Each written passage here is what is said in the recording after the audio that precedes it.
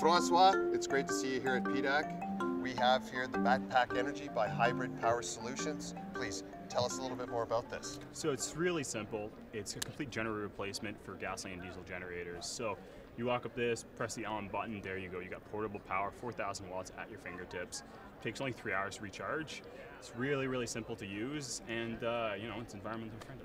So give us an example, especially in a mining environment, how this would be more beneficial than our conventional generator. Yeah, so it's really easy. There's no noise to it. And since you don't have to pump out the air to kind of match up with a generator, the required CFM, you can just go ahead, go down there, bring this down there, and right away your payback period is 79 seconds. Easy. And what's the average length on a charge? I know that would vary depending on the usage, but you got an average? Yeah, usually it's about 8 to 10 hours on a typical work site. And how's demand so far? You guys are getting some good traction with this? The response has been positive? Awesome traction. This is really a move that the industry is starting to make towards this kind of battery system. And it's just about keeping up with demand now. Clean, quiet, safe. You know, it's a lot of good things there. That's our goal. So how do people get in touch with you to learn more about this pack? Super easy, hybridpowersolutions.ca.